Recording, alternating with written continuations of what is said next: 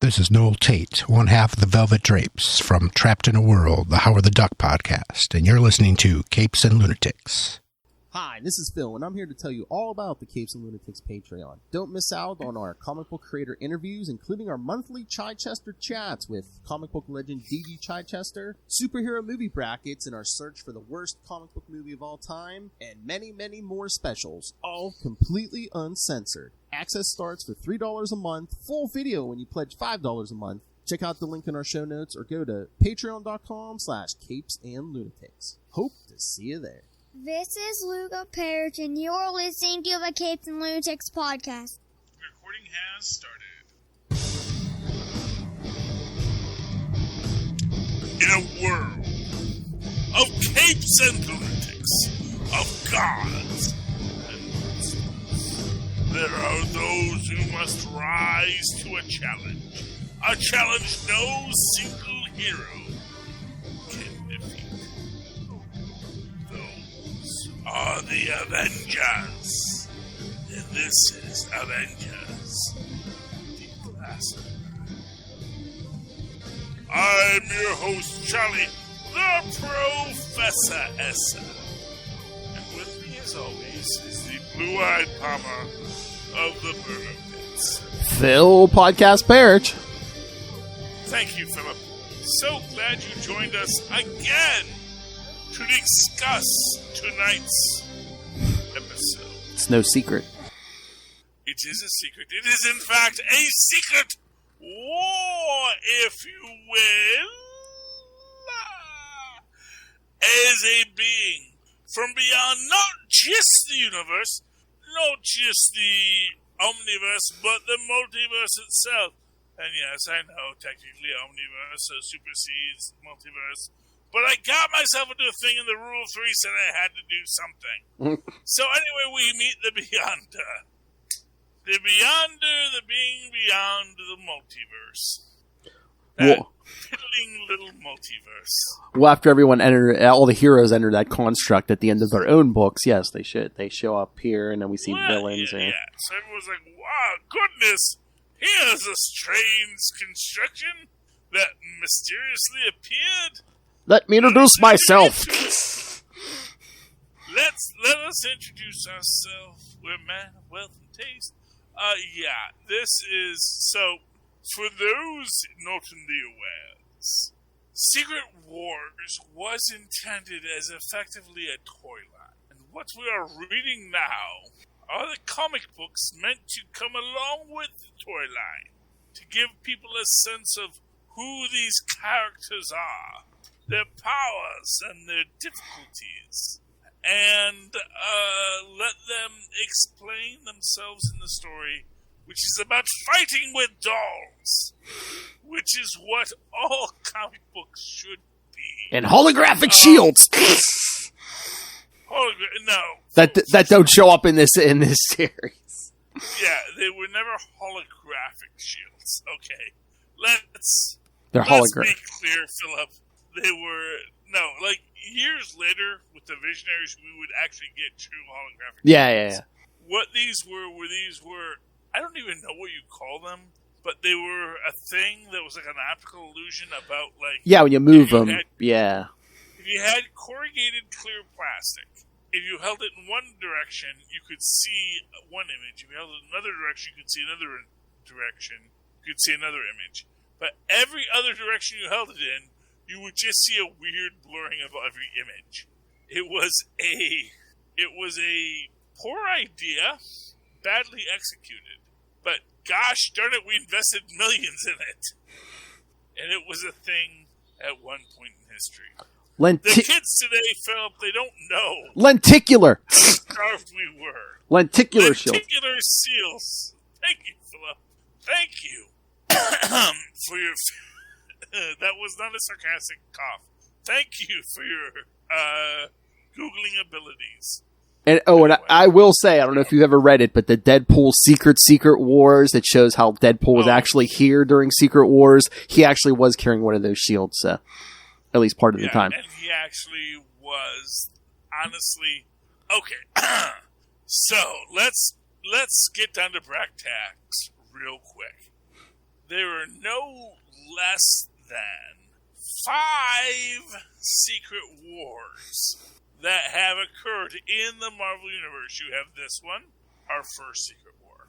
You have the second one, which is Nick Fury's Secret War, which is the political nonsense that we'll get to later. Actually, no, I'm sorry. That's actually the third. That's the third one. I can't believe you forgot Secret Wars 2! I know it is the best one, but it's so seamless from Secret Wars 1 that I can't believe I it. almost forgot about it. I was gonna say, you talk about it all the time. I can't believe you forgot about it. That's the thing, is like, we're gonna get to number 3 in a minute about Nick Fury's Secret War, because that's gonna be important, along with everything else, when we start talking our theory portion. We'll do them all at the end of tonight's episode. Secret Wars 2, the best of all Secret Wars. There I said it gave us Boom Boom, and that in itself is enough. Then comes The Stranger's Secret War, and Deadpool's Secret War. I forget which one came first. So actually there might be 6. There's Deadpool's Secret Wars, which is technically the first Secret Wars, but retold from Deadpool's perspective. Mm-hmm. There's The Stranger's Secret War, which is maybe the best Secret War of all, next to the second Secret War. And then there is, of course, Doom's Secret War, which is just, honestly, it's bad, but it's fun for the nerds. It's like, oh, I'm a nerd and I could imagine a thing that might be a thing, and so here it is. Thank you, Dr. Doom.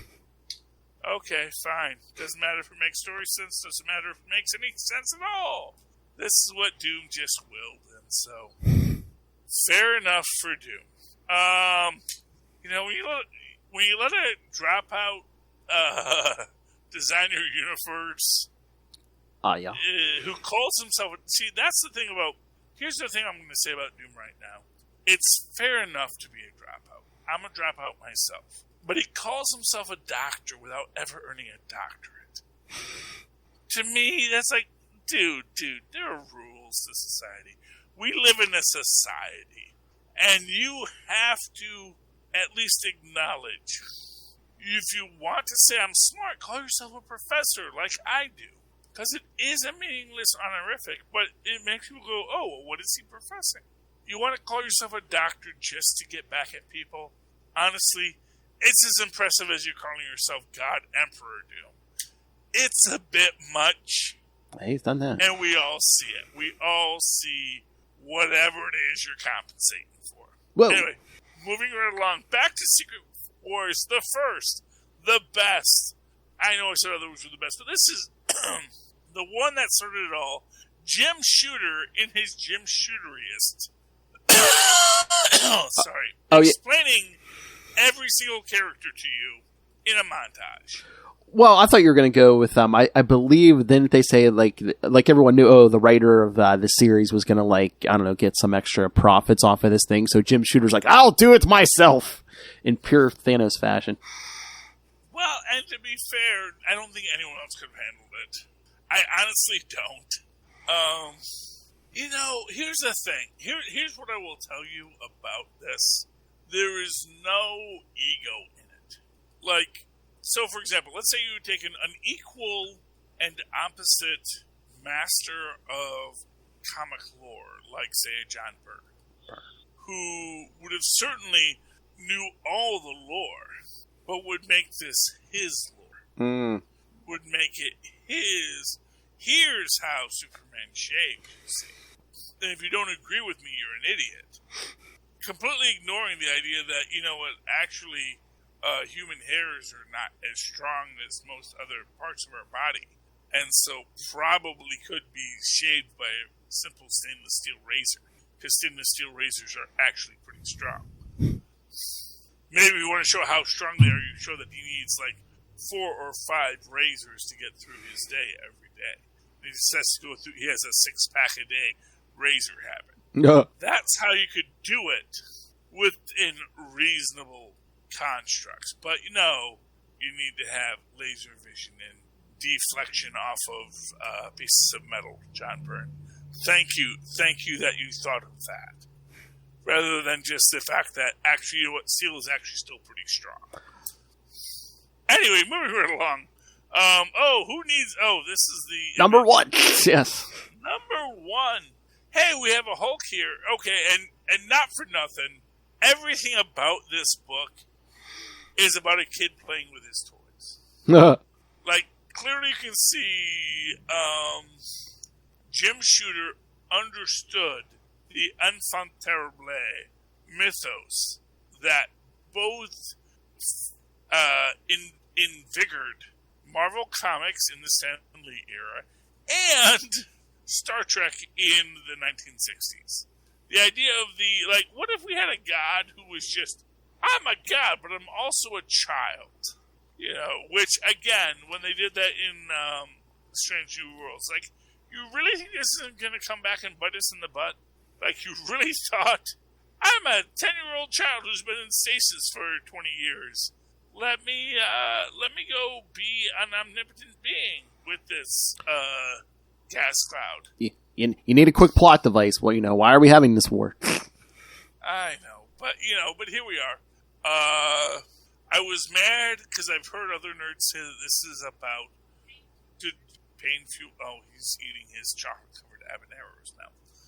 Someone said that this was about determining which is more powerful, good or evil. It's like, no, I don't know who said that. Who said that? And maybe someone said that at some point. I reject that canon because I haven't read it myself.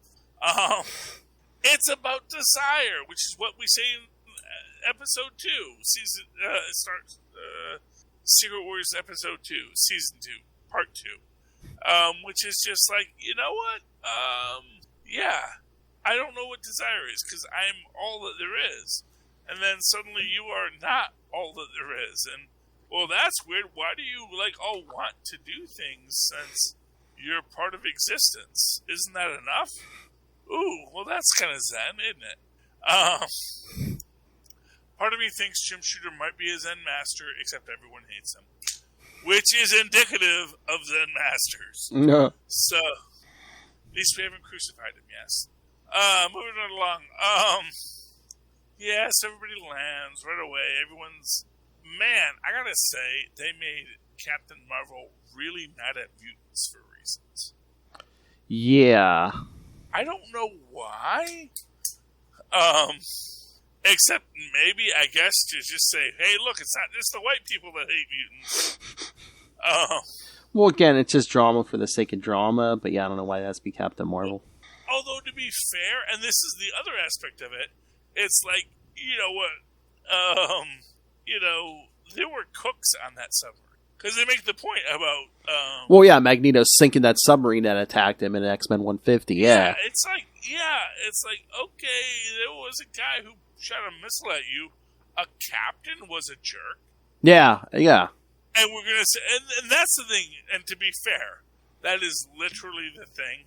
Like, if you could take the submarine out of the water, literally just deconstruct it bolt by bolt... Yeah, leave him in the water. Find the captain...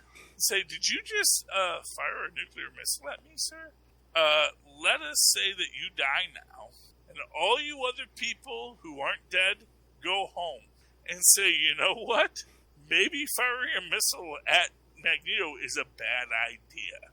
And that is what makes you a hero or at least an anti-hero, instead of a villain. Mm-hmm. In this moment, Magneto is a stone-cold villain. I know.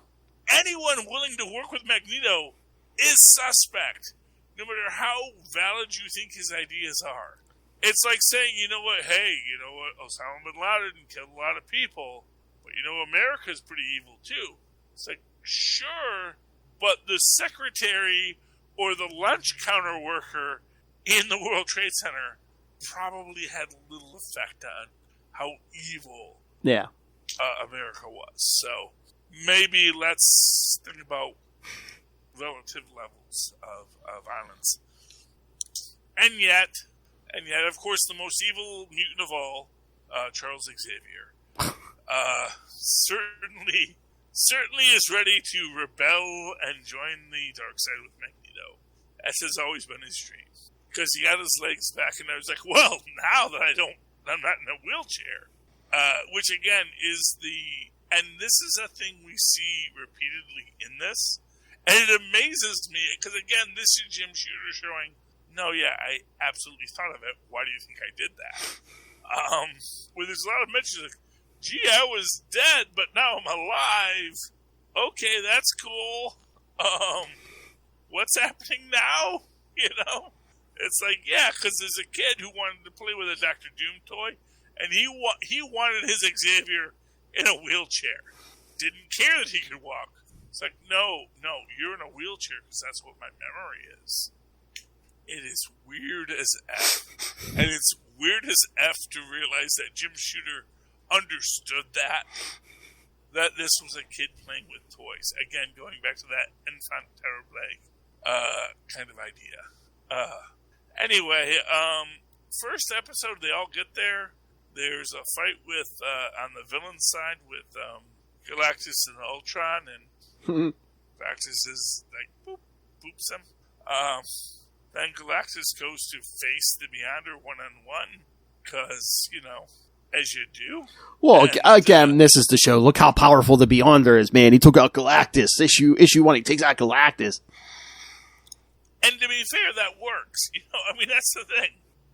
Because Galactus even says, dude, I can see you're from beyond the multiverse. Mm-hmm.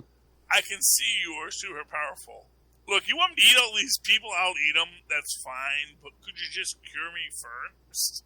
You show me that I don't have to have hunger, and I'll eat every last one of these Sims.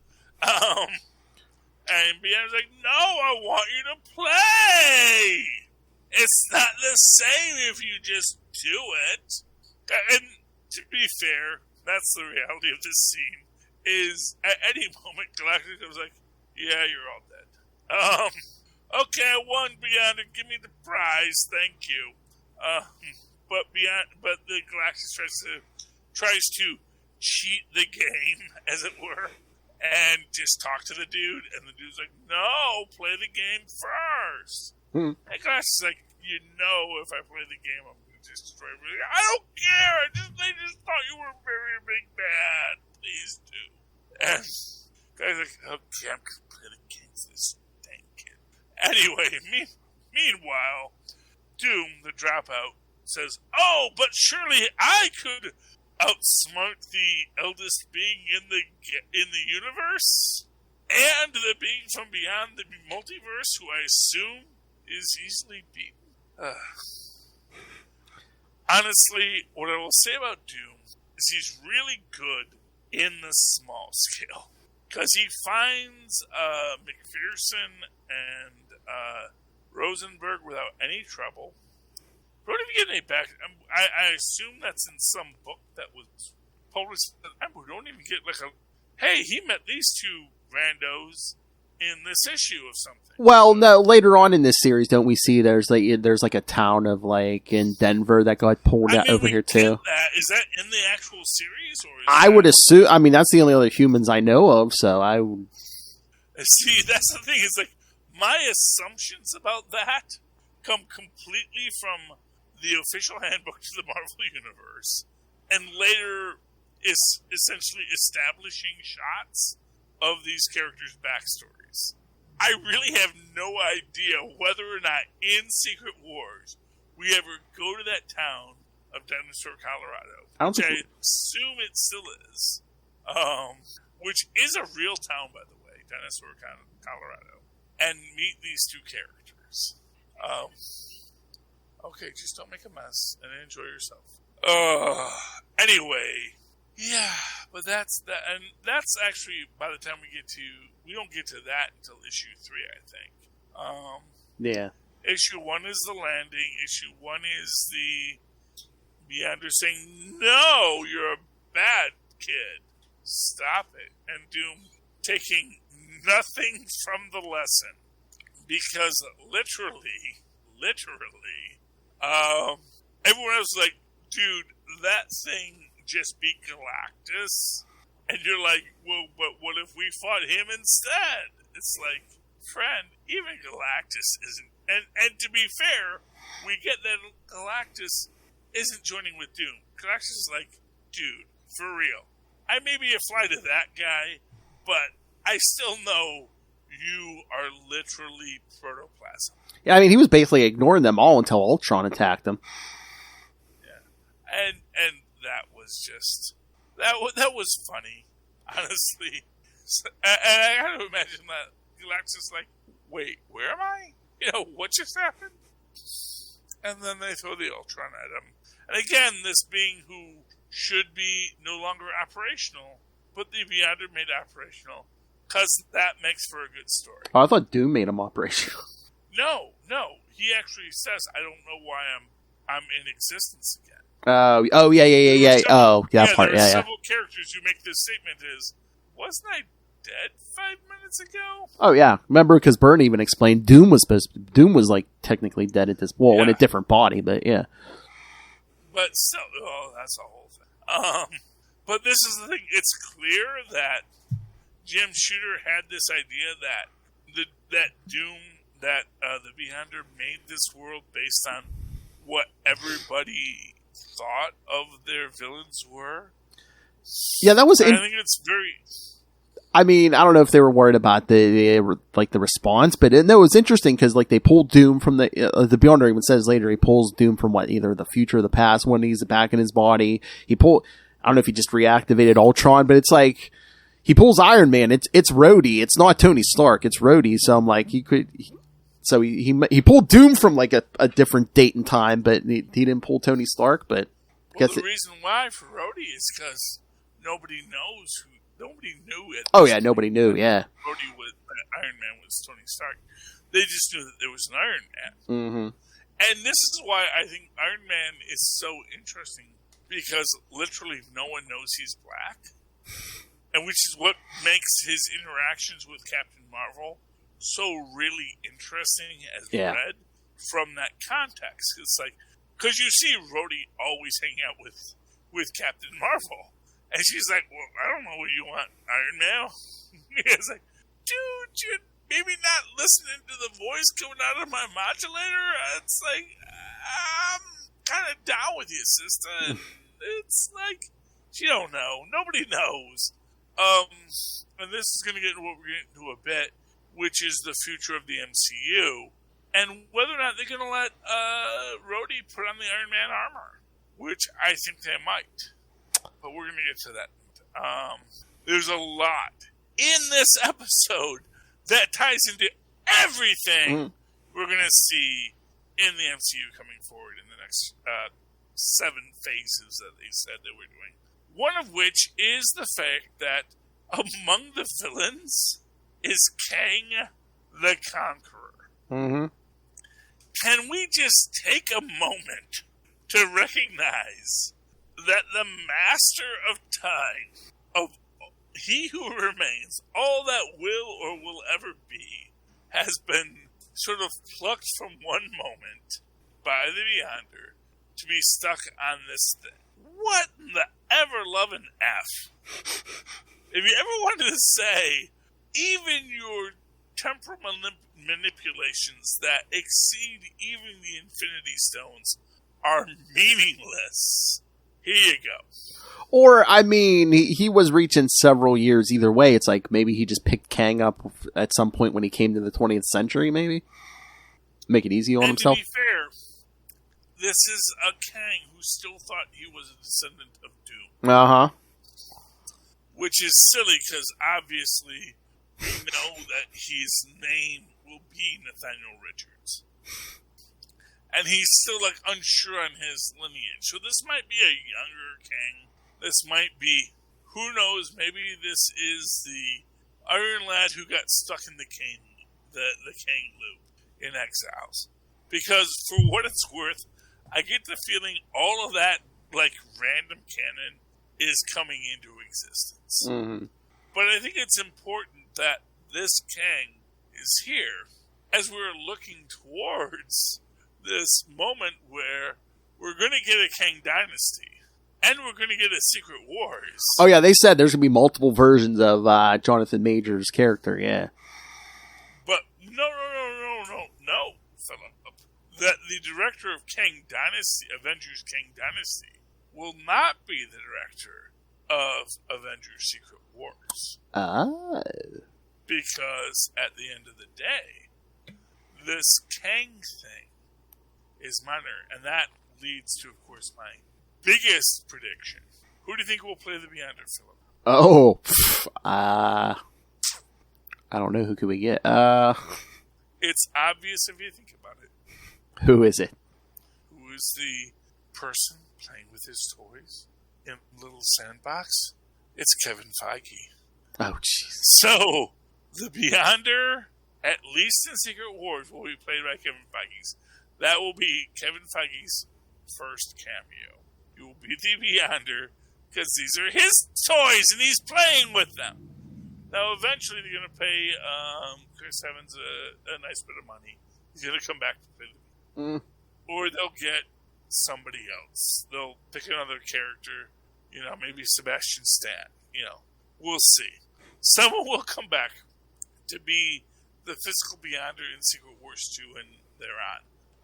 But Kevin Feige will be the Beyonder in the Secret Wars, which will not be the Kang Dynasty, because that's going to be a one-and-done story. But then you're going to see the Beyonder sort of peek through and say, "Ooh, what are you kids doing?" We're going to get, of course, what's his name? Molecule Man in a whole story. But that all gets into what we're going to get to. So here's the question, Phil. Oh, wait. You know what? I have to talk about... oh, man. Can we talk about some poorly aged scenes that, honestly, we can either ignore forever or should revisit in a weird way? Which ones? I'll be honest, it's not like there's not a lot.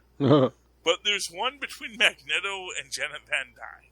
Yeah, that's weird. That always stuck out as weird to me, even like when I first read this. I read through 3, so I don't know what 4 says about the outcome of all that, but not for nothing. You took me prisoner, but I guess there's nothing to do, so... Here's what I'm going to say. I don't think she was with Hank at the time. No. Yeah, I think they already separated, yeah. And I guess it's like, you know what? It ain't like he ain't fit, and it ain't like he ain't pretty. Because you see, he's like totally without his helmet anymore, which I think is a real telling point artistically in this, that he has stopped wearing his helmet. And he's also being like, "Oh no, man! I just don't want my people to be all murder-related." But I get it. I get it. I mean, there should be some more of a pause on her point, because we have already brought up, oh hey, he killed 100, or he killed however many people on that submarine. He's a mass murderer. Yeah, but you know what? As people who are big into canon will point out, oh yeah, Cap actually killed a few million people during his time as Captain America 2 in the 40s, because he blew up tunnels in which people were riding through at the time in a super rail, and there's a lot of nonsense of all sorts of types out there. Oh goodness, but yeah, it feels weird. It feels weird. It feels forced, but that's because at this time we've learned that no means no. At the time, back in the mid-'80s, I imagine there was a whole idea that, well, no means no until they say yes, and that was... But that's also weird. Really a bad idea, to be simply put. I mean, I guess his wife was human, but I was going to say, doesn't he, all down on humans, though, too? She's not a human, she's an enhanced. And that's the idea. This is the softening of Magneto. We even see it earlier. It's like, I didn't imagine humans could have emotions like a homo superior. It's like, really? You didn't? Really? You are that stupid? That you never thought that, mutants and humans might be pretty much the same, but one of you can unleash powers without being exposed to radiation? Hey, some people can't see past their worldview, I know, but at the same time, it's like, literally everything about his story is like, Oh, yes, I came about the time when all sorts of humans suddenly had amazing superpowers. I assume that's completely unrelated to the fact that I am a mutant and I have superpowers. Yeah, but I mean, that's the whole thing from day one with them. It's like, oh, why do people hate mutants more than other superhumans? It's like, forget the origin. They all have superpowers. Why aren't you afraid of them equally, you know? Yeah, but, I mean, and to be fair, Marvel's more recent answer to that is like, actually, we're not that cool with the people who didn't get their powers back. Yeah. We just at least know how they got their powers. And they say, no, we promise to be good. Scout's honor. We got powers. We're going to be good guys. We promise. I swear. We didn't try to get these powers. They just sort of got thrust upon us. And I think people are, cool with that idea. Even though, ironically, Captain America, the most beloved of all superheroes, at least prior to a recent run. Although, you know what just hit me? I mean, okay, the planet, the Beyonders made the planet so, some people can get stuff they want. Like Ben Grimm switching back and forth between human and thing. I mean, they never come out and say it, but could the planet, I don't know, be, roofing Janet Van Dyne? I don't know. Or it's like, oh, hey, just make this happen because Magneto wants it to happen? Yeah, I mean, literally, yes. It is literally better saying, now they kiss. Yeah. Kiss! Yeah. And that is literally what is happening. I mean, to be fair, right now, if Jim Shooter would ever come on our show, said, was that just you saying, oh yeah, I was imagining a kid with two toys and saying kiss, kiss, kiss. He would say, yeah, absolutely, obviously. Isn't that clear? That this is clearly the Beyonder manipulating every person on this planet. And this is, I think, one of the most clear evidence of this is that he's making the Hulk dumber. Because everybody remembers the Hulk as a dumb guy, as a big dumb rage monster. And he's like, well, so you're too smart to be the dumb guys. We have to make you childlike Hulk again. He's like, no, I want to be the maestro. No, that's not what you get to be. You all get to be what I want you to be. And that's the Beyonder. Because he's a jerk. I love him, but he's a jerk. Can't wait to see what they do in Defenders Beyond. Spider-Man's a jerk, too. I don't like how big they make the buildings, but I will say I don't know what I'm mad about. Oh, yeah, the 400th floor or whatever. Yeah, it's like, dude, just say it's a building and we're in it. Or just go horizontally. Don't be, 400 stories tall. Yeah, and honestly, depth perception, I will say, is probably not Jim Shooter's forte. So, he's tall, everything looks small to him. But what I will say is, in this moment, he's looking at something here's what I'll say. I don't know why Spider-Man is so mad at the mutants. Aside from the fact that clearly, which even Cyclops mentions, is man, I'm really worried about Charles Xavier. Because he's walking again, and now he's like, here's what we will do. It's like, it's pretty weird. It reminds, and again, to give Jim Shooter a credit, he's like, imagine when we first started, he was so controlling and all this stuff. It's like, yeah, right? It's like he was being controlling of you people because he's a villain too. I mean, the whole Spider-Man thing, I think it's just like, they're talking about sneaking out and going to hook up with Magneto. It's basically like, oh, hey, we're going to leave and go meet up with that terrorist, that mass murdering terrorist. It's like, well. Yeah. But again, I don't know. I feel like they're dumbing down Spider-Man a bit in this. It's like, because to be fair, they kind of do it in these big. No offense to you, Jim Shooter. Peter Parker was approached by the X-Men. As was, interesting enough, Namor. Though at the time, they decided he was not a mutant. But then, of course, Red Connery happened, and now he is. And like you were saying, nobody knows that it's Rhodey in the Iron Man armor, not Tony Stark. So shouldn't it... Well, I mean, I'm trying to remember how much... I thought some of them at least knew that he had some kind of technical know-how, so shouldn't they be like, oh, hey, why isn't Iron Man helping?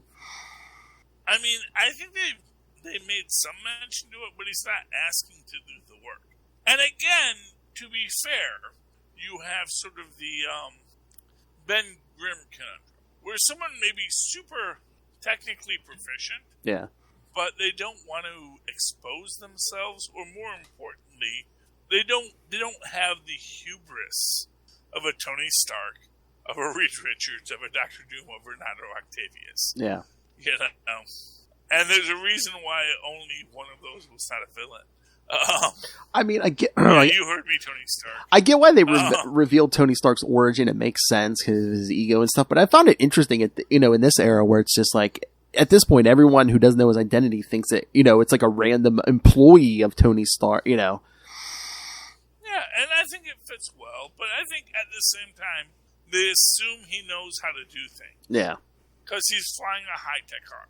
And again, if you're a friend of Ben Grimm, you know Ben Grimm's not an idiot. Mm-hmm. Like, Reed Richards knows Ben Grimm isn't an idiot. Johnny Storm can think whatever he wants, and it's up to Ben Grimm to tell him you're an idiot, to think I'm an idiot. But in this moment, they treat Iron Man as Iron Man.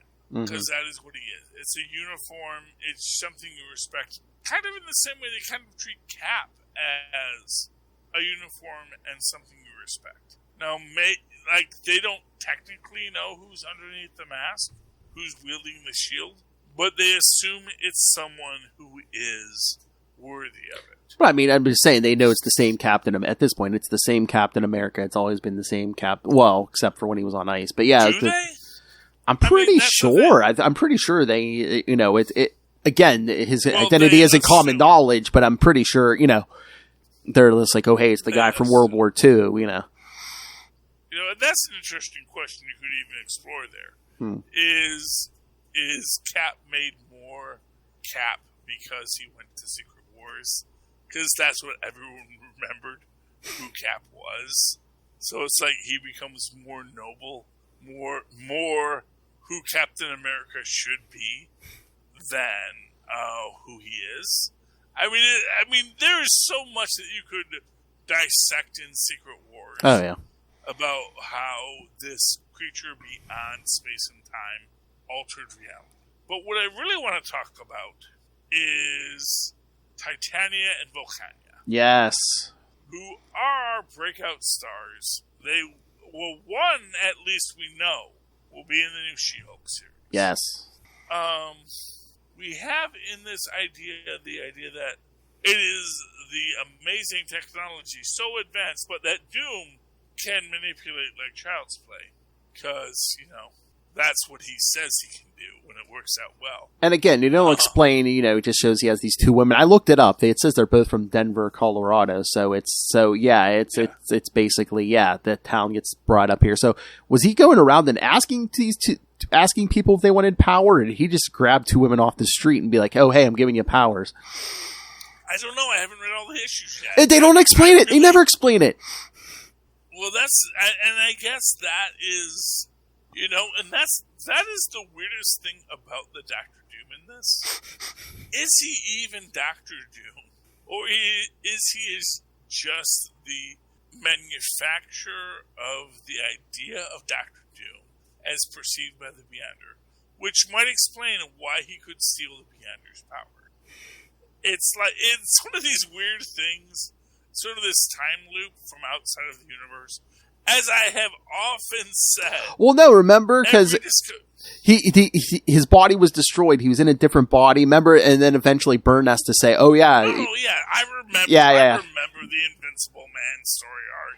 It's like... one of my favorites. Yeah, Reed Richards is like, no, even you can't, Beyonder, can't this, survive, messing with time like that. You have to restore Doom, send him back to Secret Wars to appear with the rest of us. Which might have just been Richards outsmarting the Beyonder.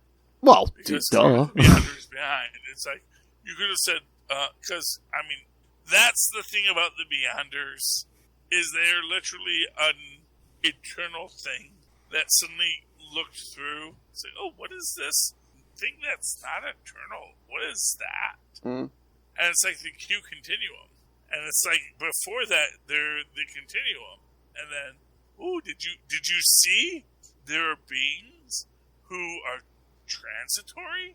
They live and they die, and then they go to other universes, and it's a whole deal. You gotta look. Do you want to look into the lore?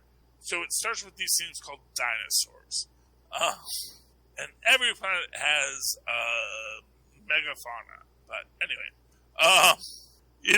that's the thing for the Beyonder. It is a weirdness, and that's what intrigues it. In this moment, what we get is the Beyonder is the one beyond all. Mm-hmm. And he's setting up everyone to fight. And of course, eventually the mutants go join Magneto. And I wonder if expressly because the Beyonder wants Xavier to be more forceful without realizing that he can walk now.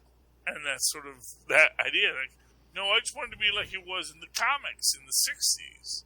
It's like, oh, well, he is, but and you again, don't know the continuity. And you didn't read the books that came after that, Beyonder. That's your problem. And again, Xavier at this point's trying to, I can redeem Magneto, he was my friend, I can, no matter how many people he's killed, I can redeem him, and then, in a few years here, Xavier's going to leave for space and kind of leave Magneto in charge of the New Mutants, which, yeah. I'm sorry, you kill a sea cook, that's not cool, man. He literally flipped burgers. That's just the ones we know about. I know, and then, for real, it's like you sink a whole nuclear sub. It's like, dude, that's not cool. Didn't they say there was 100 or 200 people? It's like, why are we giving this guy the chair? Yeah, and again, there's a guy whose job was literally food service. Either, well, he served the Soviet Union and they're evil. It's like, dude, the man just wanted to live, and part of his job was flipping burgers, and... But again, you're going to kill a man for flipping burgers just because he lives in a dystopian state? Is that just Magneto? Guess what, buddy? You got to kill a lot of burger flippers. I don't know where there's not a dystopian state right now. But is that just Magneto's childhood issues? You were just following orders? You were just following orders? I've heard that before. My order was to flip a burger, not kill a guy. Literally. I mean, that's the thing. It's like, there are guys whose job is, I've been ordered to kill you, and so I will kill you. So, for example, in the last episode of The Orville, I haven't seen this week's yet, but in the last week of The Orville, there was a guy who was ordered to torture a kid, and that guy had a bad day. And, you know what, I don't feel bad that character had a bad day, because, you know what, he was ordered to torture a kid, and the kid didn't like being tortured, as it turned out. And so that he had a bad day is okay by me. And, that's the thing at the end of the day. Just saying I was only following orders. If your order was to flip burgers, to make sure that we had good broccoli, or to at least make the broccoli edible, that is not cause to murder everybody. Yeah, but it was Magneto. It's just like, you joined the military. You knew this was a possibility. I mean, you can say it's a possibility, but, and again, this is what I've said before. So, he says, well, that ship fired upon me. Well, then, with your amazing mutant abilities, couldn't you have taken the ship, deconstructed it with your amazing mutant abilities, we've seen you do it in the past, take the captain of the ship and say, excuse me, sir, did you just order that ship to fire upon me? And say, he says, yes. And says, well, then you're going to have to die or stand trial for this unwarranted offense. The rest of your crew, I would like you to go home now and tell your... He has impulse control issues. People. Impulse control issues. About, well, yeah, but that is literally the difference between superheroes and supervillains. Well, yeah, it's like literally the fact that, oh, hey, I didn't do that. That's what makes you a hero. And we all know the old adage about absolute power, Charlie Esser. Well, exactly. Anyway, getting to the end of the story, bad guys are bad. Well, yeah, and the 3, they attack again, now with Titania and Volcana. Yeah, I am so excited about Titania, and let me just say this about Titania. Oh, gods, I ran too long. So, the next 2 shows coming out from the MCU are She-Hulk, which features Titania, and Black Panther, Wakanda Forever, which seems to deal with a weird fight between Atlantis and Wakanda, and we don't know why.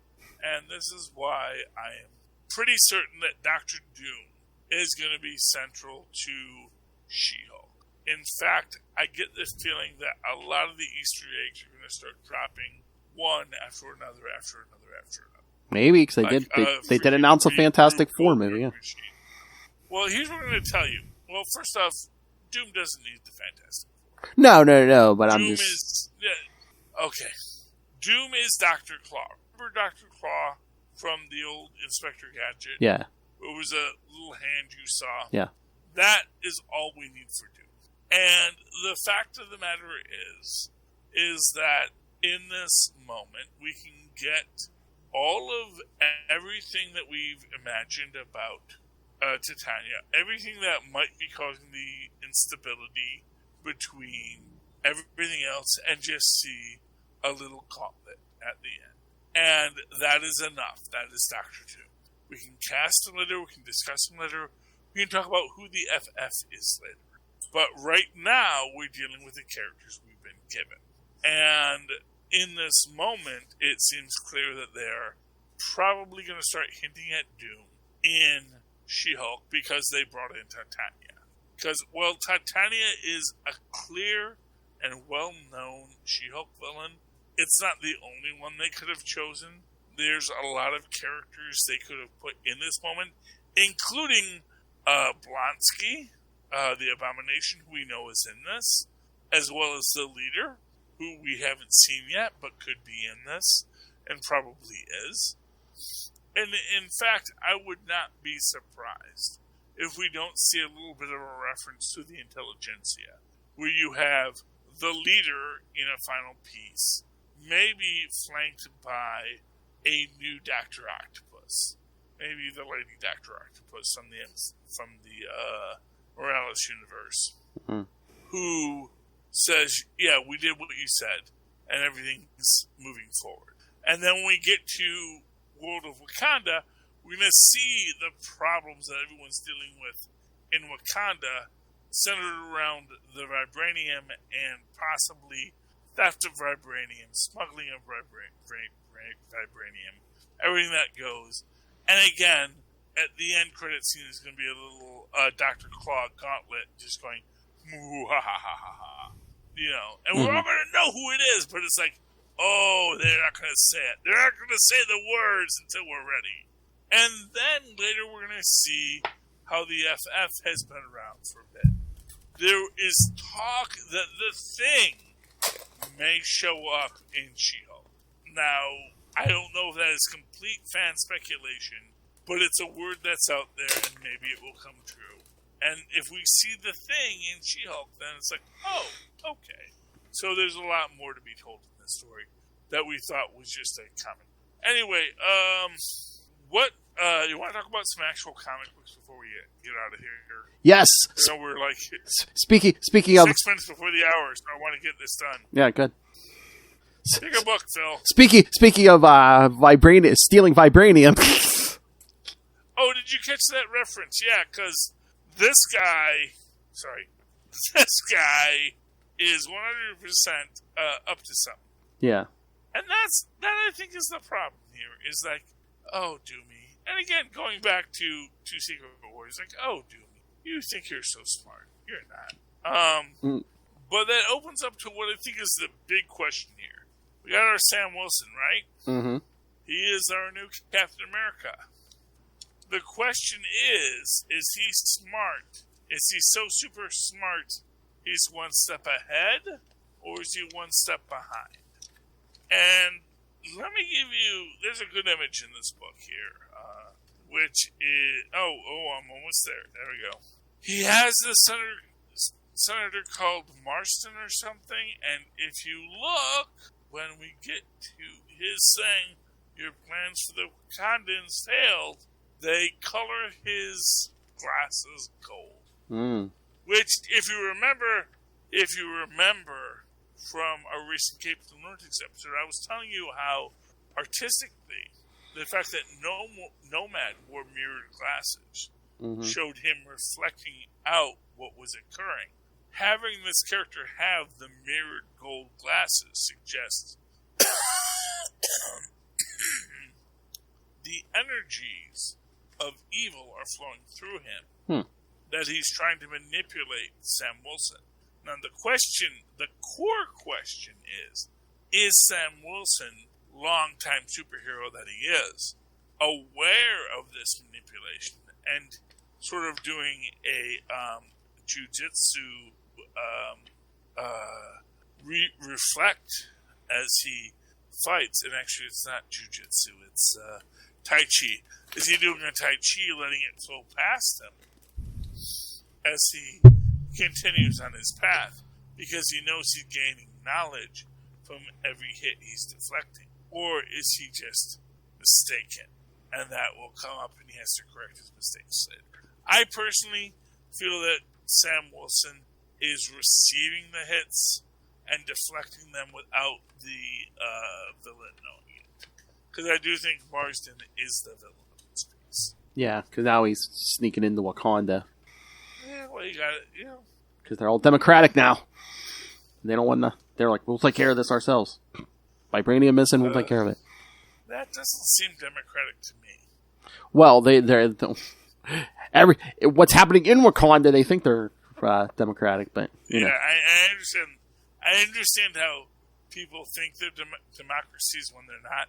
As it turns out, the U.S. is dealing with this right now. I was going to say, it's Wakanda's first time.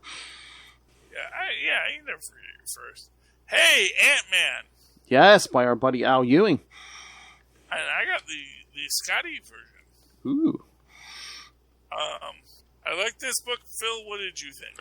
I liked it. I mean, I guess it's going to be like a time travel thing, because this time we got Hank and Jan, I guess, early on in their career. Oh, who else did we get, Phil? We got appearances by, young Eric O'Grady. We got Scott Lang for like 2 seconds. Exactly. I think that's kind of the most interesting aspect of it. And we got that freaking Tony Stark Ant-Man. What? Honestly, if there's any bigger insult, I don't know if I don't know if that's supposed to be the Tony Stark. I think that's just a future Ant-Man, I think. Yeah, but wasn't that... look, I'm just saying, I remember the Stark Ant-Man. I read Avengers Forever, don't say I don't. Yeah. As the Ant-Man of that universe, but he's a Stark. And there's a part of me that's like, man, that's insulting to Hank Pym. Not to make him a Pym, but to make him a Stark. Now, granted, you could have Janet Van Dyne. You could have Hope Van Dyne marry anybody. You could have Hope Van Dyne marry what's her name, Morton Stark or whatever. But yeah, the Stark one was from an alternate universe. I mean, this just smacks of future to me, just because he's like, oh, I know you're Hank Pym because I'm, it seems to make it seem like I'm from the future. He has a black hair and a black beard. Well, yeah, I think that's just that coincidence. Kind of implies the. Yeah, but I don't think he ever. The Stark Ant-Man. Yeah, I don't think he was wearing this suit, because Stark's reality was kind of like a the post-apocalyptic, those Masters of Evil, which basically. Kind of looks. I don't know. I don't know, Philip. I'm going to say you may be wrong on this. I think that's supposed to be the Avengers Forever Stark Ant-Man, and I just feel that's kind of insulting to Hank. as we know, is always easily bothered by little things. And to put it to you simply, it's like, Hank, you're the villain of this piece, aren't you? When we watch this, it's like, oh, he's going to be the bad guy, isn't he? I don't know. I mean, I'm going to buy more issues, don't get me wrong, but I do feel this ends. I know the solicit says, yeah, we're going to explore the history of every hero, past, present, and future, called Ant-Man. Yeah, well, Morgan Stark, that's her name. So Hope Van Dyne could marry Morgan Stark and they could have a child. And that could be a Stark. But I don't know if that's what they're going to do yet. We'll have to see. Also, Hope Van Dyne's a little ode for Morgan Stark. Comic book ages are hard to navigate. We already talked about the Captain America book, right? Yes. Yep. We just talked about it. Yeah. So, yeah. And I mentioned how I think Dr. Doom's going to be in everything else. MCU. So, you know what, Phil? I think we're done with this story. Yep. So, what did you take us out of this episode? All right. So, yes, kids. Next week, Secret Wars 4, 5, and 6, and any new Avengers books. So, yeah, send your thoughts on everything. Email us, CapesandLunatics@gmail.com, or call the voicemail, 614-382-2737. That's 614-38-CAPES. And remember, you can follow Avengers Declassified on Facebook, on Twitter. Find links to all the social medias for everything we do. Links to the YouTube channel. Links to the Patreon. Please support us there. Every little bit help with $3 to $5 gets you early access to creator interviews, the superhero movie brackets. We will find the worst superhero movie of all time. And, of course, Capes and Lunatics merch. So find it all at Linktree, linktr.ee/CapesandLunatics. And, of course, if you'd like to write to me in an old-fashioned email way that our mothers and fathers once did, do so at superconnectivityblog, all one word, @gmail.com. And, of course, follow me on Instagram at superconnectivityblog. And follow me on the Twitter under my real name, Charlie Esser. That's CharlieEsser. Look for the 2 E's in the... For quality. Bing! Thank you, Maz. All right, my dear friends, you have listened to another episode of Avengers Declassified. This episode will self-destruct in 30 seconds. Just like Ultron. Good night. Just like Ultron. Well, Ultron self-destruct. Here's what I'm going to say. I honestly want to say this episode will self-destruct 30 minutes before it began. And I think that's a fair assessment. It gets crazier, kids. Remember, I'm going to get your first appearance of a symbiote. Not yet. No, but in the series. Spoil. Right now, we're just realizing how really anti-mutant everyone is. Dude, now Was the granted, 80s. Rogue Good did. night.